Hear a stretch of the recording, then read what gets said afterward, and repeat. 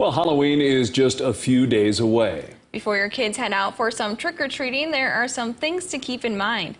KELOLAND's Ariana Schumacher spoke with police and health officials about Halloween safety. Good morning, Ariana. Good morning. There are many factors that going into staying safe over Halloween, whether it's protecting your children from COVID-19, food allergies, crime, or more. Before kids put on costumes and start collecting candy, it's important for parents to think about safety. First and foremost, if you have younger kids, make sure there's an adult or an older sibling that's present. If you're dressing up your little one for Halloween, be cognizant of the fact that those decorative masks, when you're looking through those little eye holes, can block vision. Sometimes the costumes are a little big and there's a tripping danger. It's actually recommended that if you buy a costume, you should look for, on the label it says fire resistant.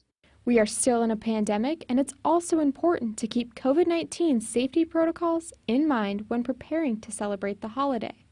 Being outdoors is safer than being indoors.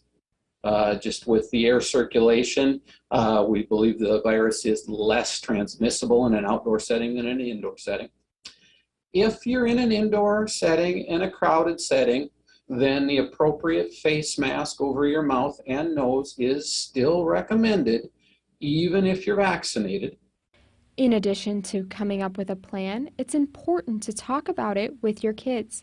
Some simple steps to make sure your children have a happy Halloween. Paying attention to your surroundings, stay in a group of friends. It's always better to be in a group as opposed to just being out on your own. And if you see something out of the ordinary, just leave that area. If there's a car that seems to be following you or somebody seems to be following you, go to the other side of the street, go the other direction, and then report it to an adult or relative as soon as you can.